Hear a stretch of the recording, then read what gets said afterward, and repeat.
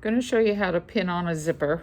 It makes it a lot easier if you take the material first and you iron it, so you have a nice flat seam to place on the zipper.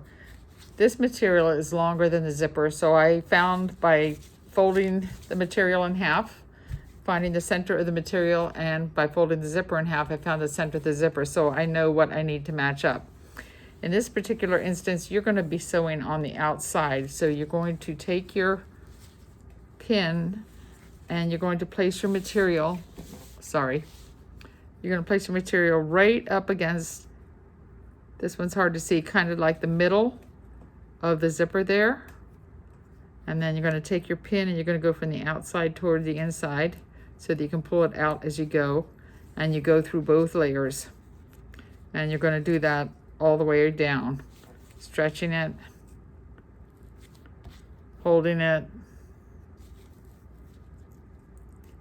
placing your pins in.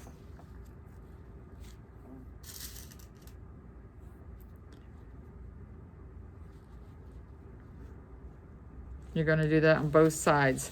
Now with this one, when I get down to this end, because it's longer, when I start my other end, I'm going to do the same thing. They're going to meet really close, but then when you go with your zipper foot, it's going to separate a little bit because of the way the machine will do it.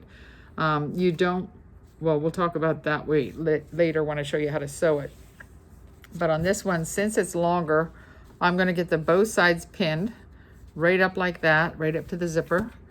And I'm going to get these two ends here even, and then I'm going to pin it to about here, and the zipper's there, so that I can then pin these two pieces together first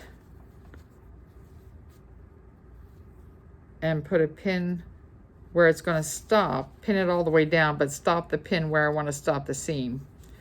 And then I'm going to take this seam and I'm going to sew it from here to there.